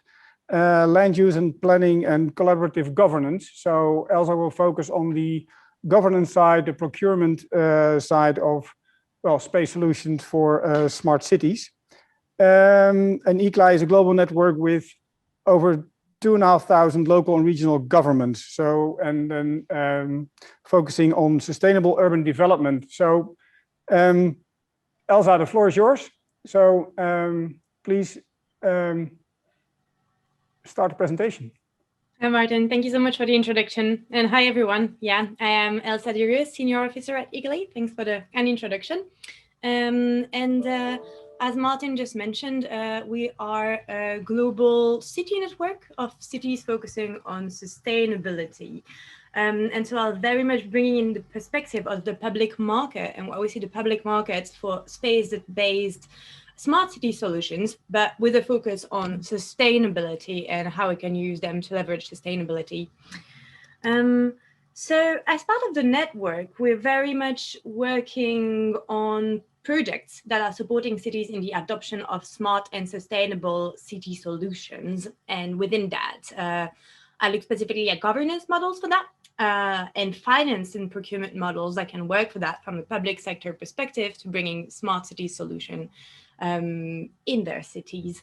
And so we are involved in lots of different projects, for example, the European Innovation Council, Procure to Innovate Network, the Intelligent Cities Challenge, that are looking at bridging the gap between cities and suppliers of smart city solutions, and to a smaller extent, but still to some extent, with finance providers. And I think this is really relevant when we start talking about space database applications, because all of the questions need to be answered before cities can procure those or access those.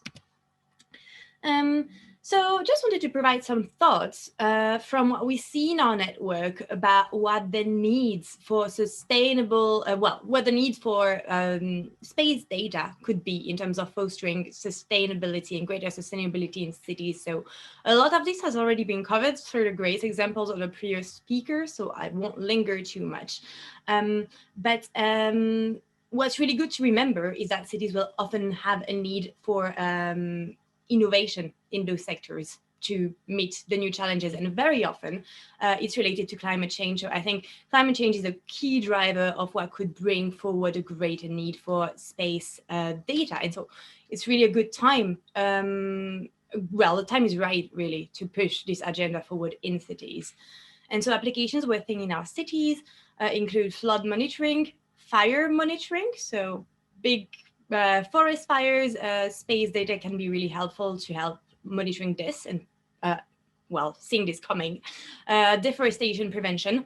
Some people were talking about Brazil earlier. We've got some European examples as well. In Romania, for example, have really big areas of woodland that are very prone to fire and to deforestation. Air quality monitoring, waste management monitoring, so illegal dumping control, pest monitoring, and land use monitoring, as was said earlier, illegal land uses, for example, for the purposes of collecting taxes. Again, some very good possibility for using space data in cities. Just a note on this, you'll see in the title of this slide that I wrote down sustainable cities and local authorities.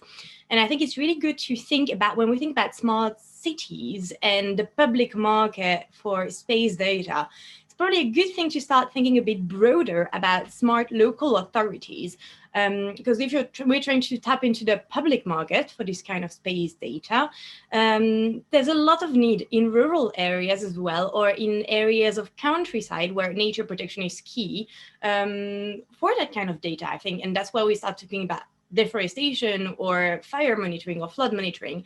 The cities are very much related to a hinterland. And in this hinterland, there's also a need for this data to monitor and see things coming before they are here. For example, thinking about natural disasters. And so I think when we start tapping into public markets, it's really good to consider how we can leverage demand from public bodies also outside cities, and that will support smart cities, because ultimately, the more public authorities get used to accessing and using space data, the more it will encourage other authorities to do it, because it reduces the risk. So we really need to think about demand from public authorities holistically and not focusing only on cities, in my opinion. So just moving down with a few statistics, why care so much about the public market for space data? Well, the first thing is we want to speed up implementation of smart cities, and of course cities are key players, but as we can see in Europe, there are 80,000 cities and towns, and they're very much in control of legislation. For example, they implement 70% of EU legislation.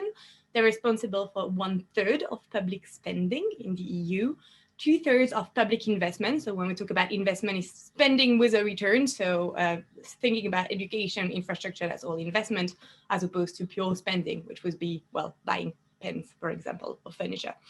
And then they're also very much responsible for the provision of services for the citizens and businesses across a wide range of sectors. So that's really why we think cities need to be involved, public authorities in general need to be involved in procuring or helping to develop the space data market. And this gives them really a key role in helping to expand the market and scaling up the use of space database solutions. So what we're seeing also in some cities, well, in a lot of cities actually, is why has this not been done much more and much faster? We heard about some great examples earlier of applications of space data in cities and collaborations, but we're not seeing this happen in every city yet. So the question is a bit why? And I think a lot of those challenges have been touched upon again earlier. So it's not an exhaustive list, but some ideas of challenges that need to be addressed. And I think the first one is a question of risk aversion. Of course, wherever there's innovation needs and some unknown, it's very hard for public authorities often to make a business case for new solutions, unless they can demonstrate that there's clear value added to using space data as opposed to the existing data sets they have, or the lack of data sets and business as usual.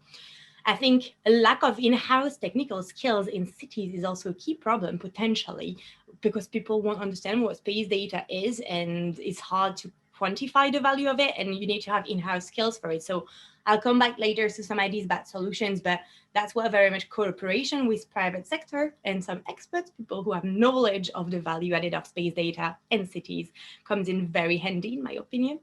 Value added is sometimes unclear. And of course, the first mover risk. Well, we're not really at a first mover stage yet, because some cities are already doing it. But when we start talking about maybe smaller local authorities, or local authorities who are the first in the country to want to access a space data set and build an infrastructure that can support this and the collection of data, gone back to the first mover problem, people not wanting to take the risk.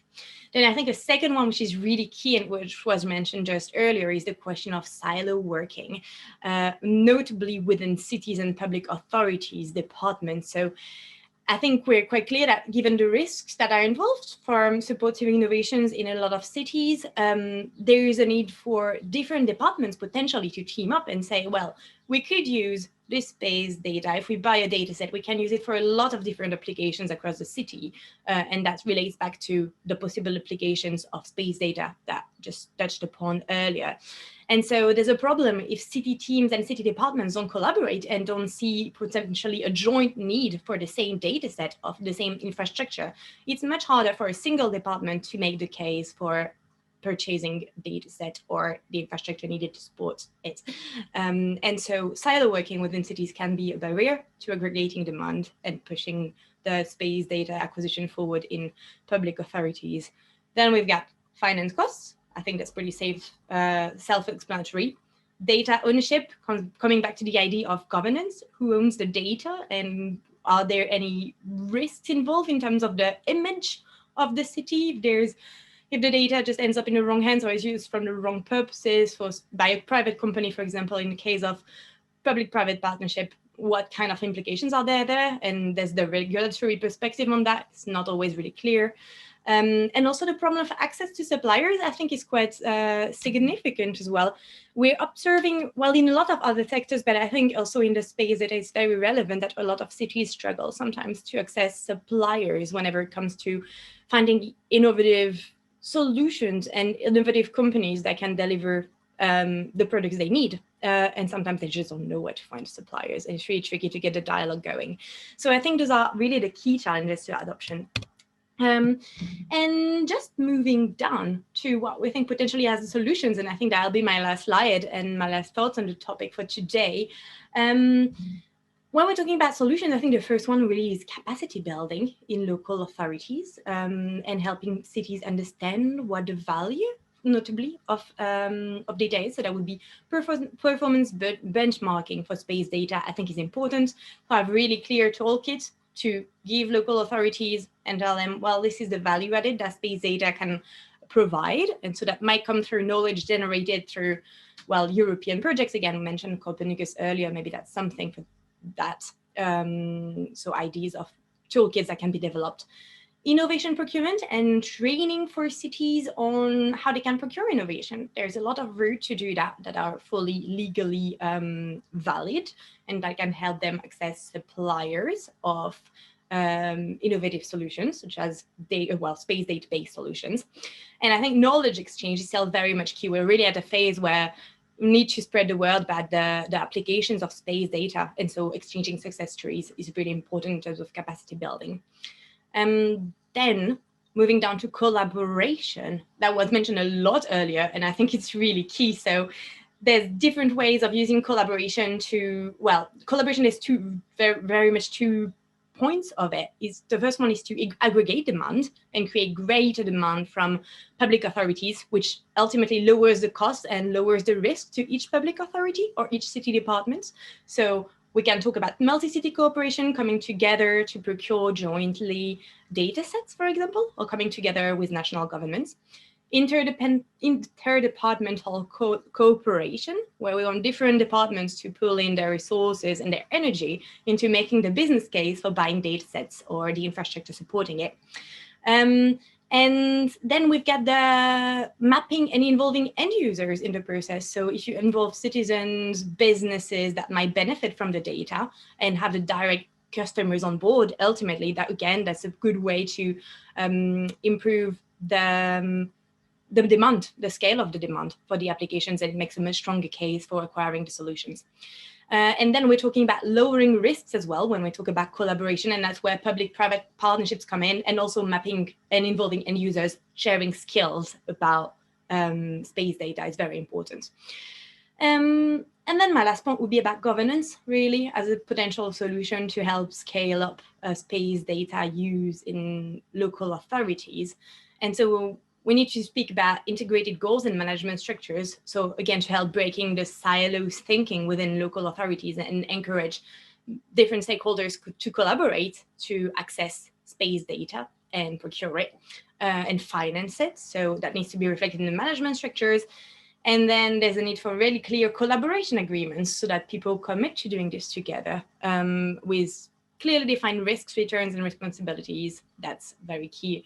And so is data ownership policy, having this clearly defined. So I think those are really all the solutions that we're keen on trying to start to develop and put forward to cities that are interested or looking to be interested into accessing more space data.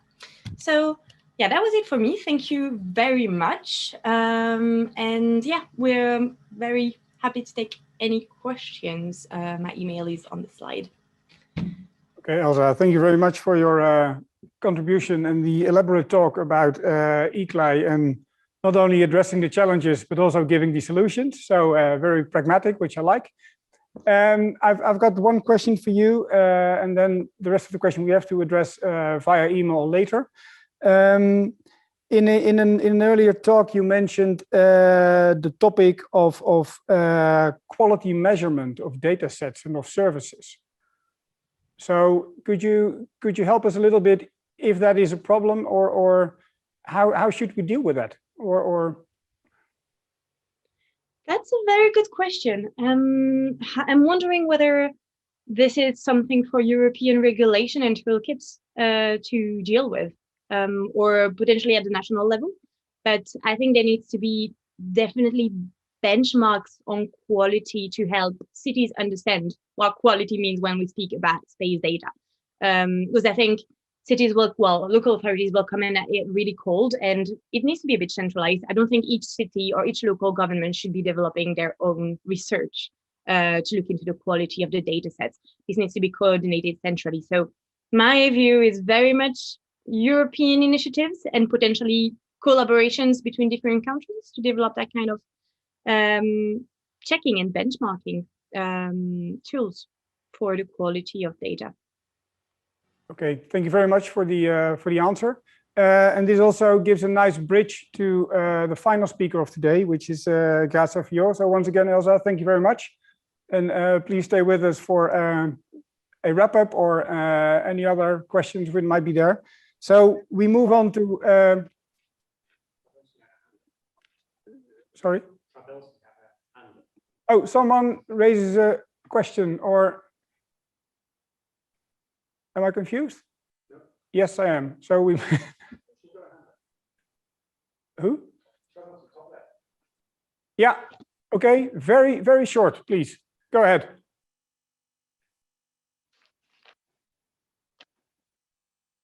In case no question, then we move on. Oh, yeah, I do have a question. Right. Okay. I'll try to make it very quick. So we've spoken about the quality of data, but what about the security and the privacy?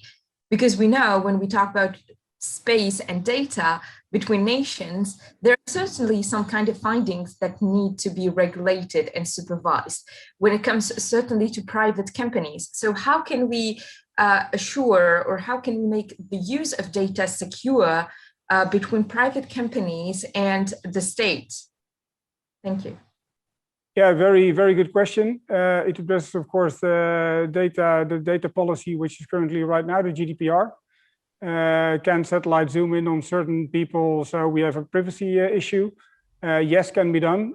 We have to deal with how do we organize a legal structure which prevents us from breaking privacy. Yes, and this is a very well addressed topic. Maybe short answer from NSO, is that? Yeah, I got this question or? before. I find it a bit hard. I always say that in the Netherlands, we also have, we take aerial photography. Well, not NSO, but that's what is done. And that has a resolution of 10 centimeters or 25, depending on the time of the year. And that's also offered as open data. So yeah, I don't know what the exact rules are, to be honest, but I think if that's allowed, the 10 centimeter resolution for the whole of the Netherlands, then the 50 centimeter resolution that we are offering right now should also not be a problem. But I cannot say much more about that, to be honest. Okay, thanks for now. And we have noted the question, and we'll move on with the program and then get back to this specifically, right? Okay, thanks. Then Grazia, last speaker. So Grazia has been working for Eurizi for 10 years as a user program coordinator, well involved in the space data domain, in user needs, in policy matters. And I'll keep it very short and snappy, the introduction. Grazia, the floor is yours. Thanks a lot. Thank you so much, Martin.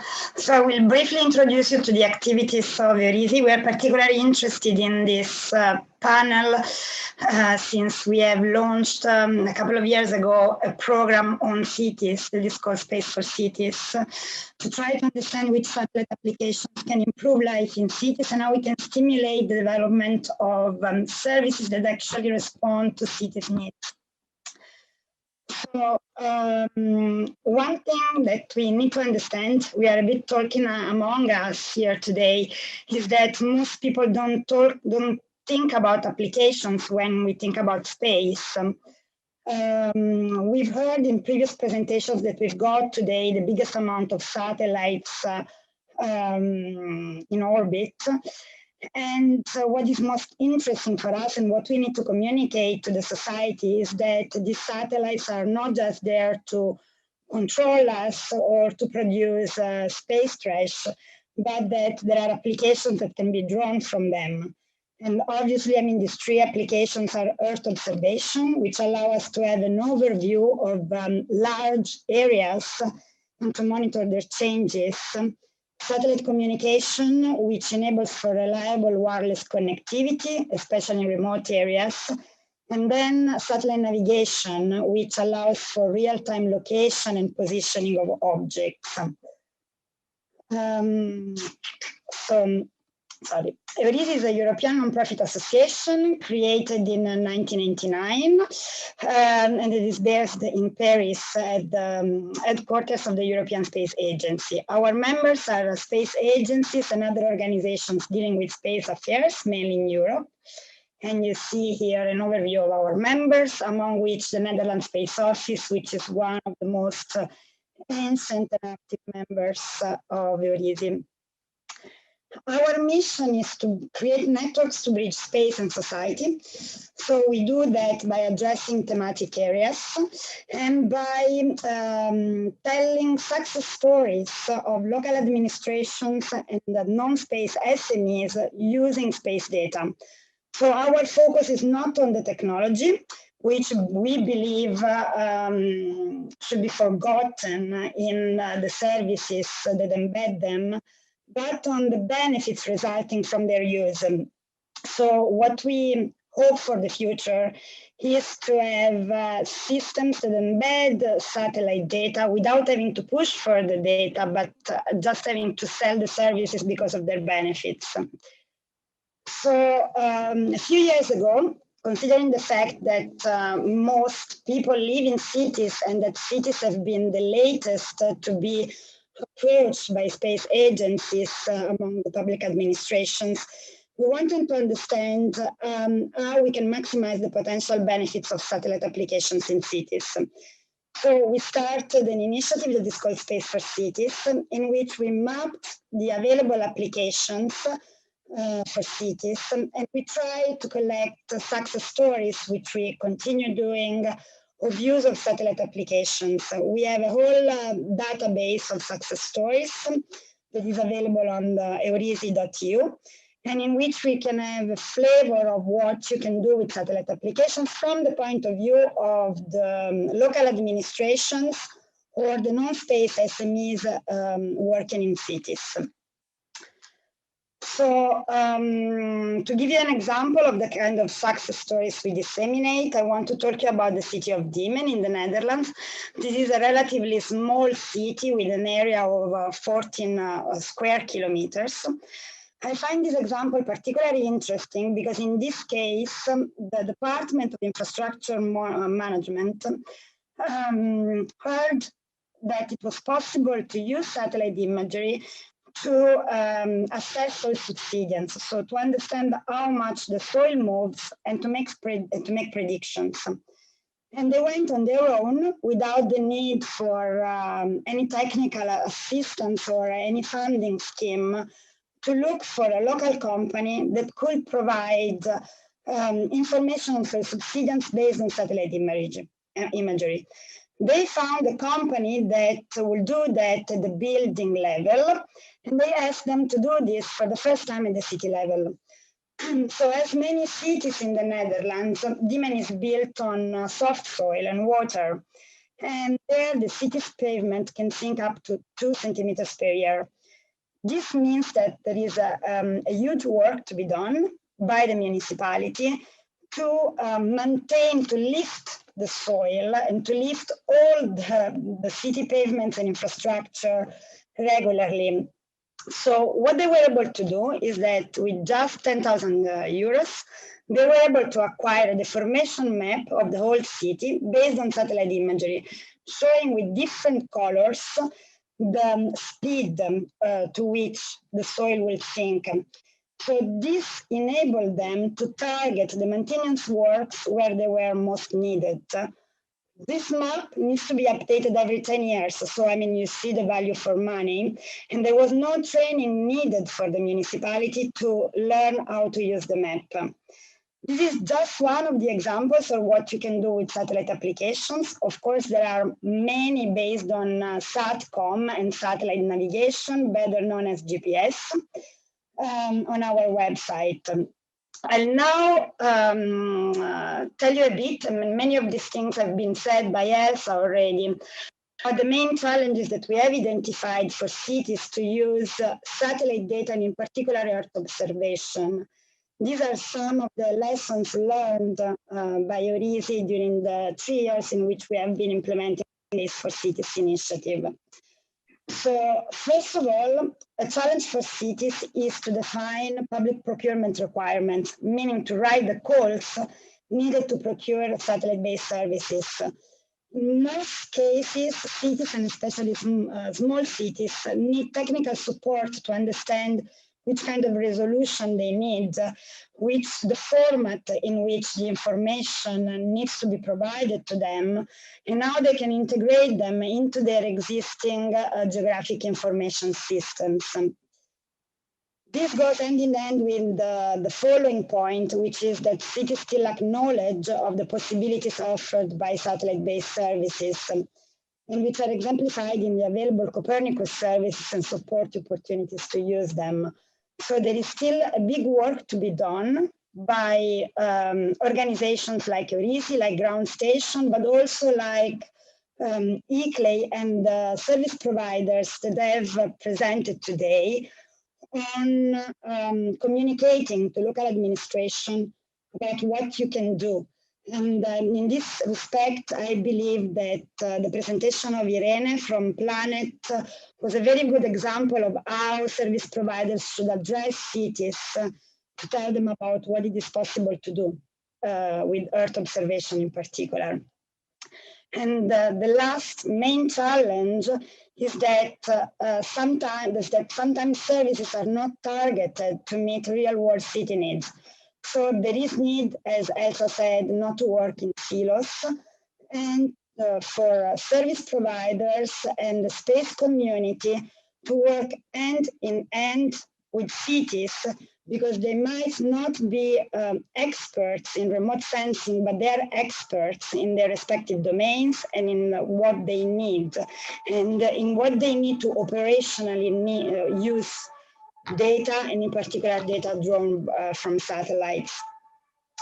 There are also a number of needs and opportunities provided by space applications. And one of the main needs is to identify effective ways to communicate on the existence of satellite data, signals, and services to city administrations in a non-technical jargon. There is the need for business cases and success stories, like the one that Irene illustrated. And there is the need for success stories right now also to use the huge amount of free and open data and support opportunities made available by the European Commission to use the European systems of satellites.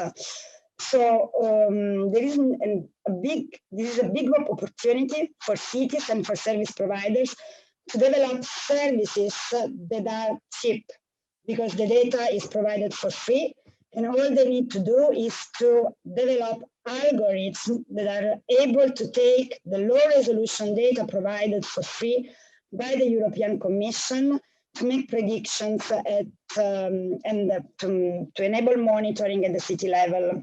Another big opportunity that we identified for cities is represented by the relationships between cities and local academia.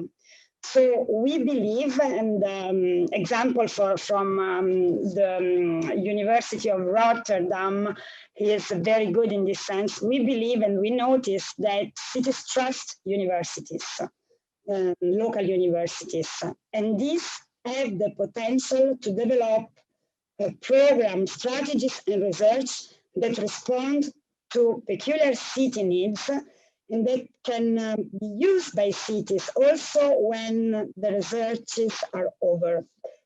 And this is something, I mean, very important.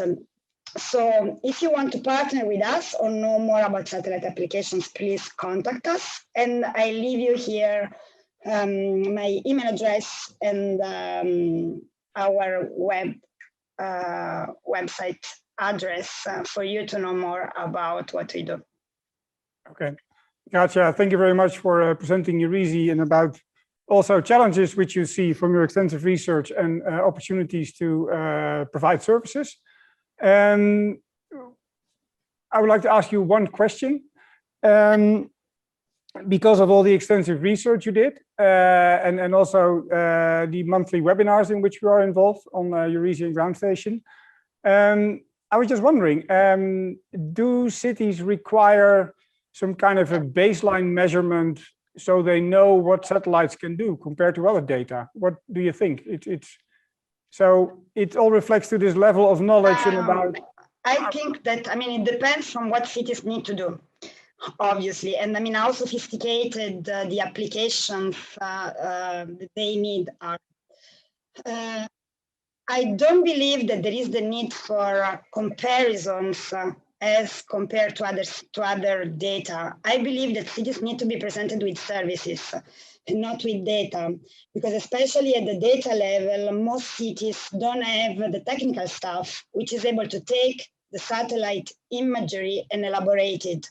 They know how to use satellite navigation, and I don't think there is need to convince them of their usefulness as compared to other positioning systems, especially in big cities.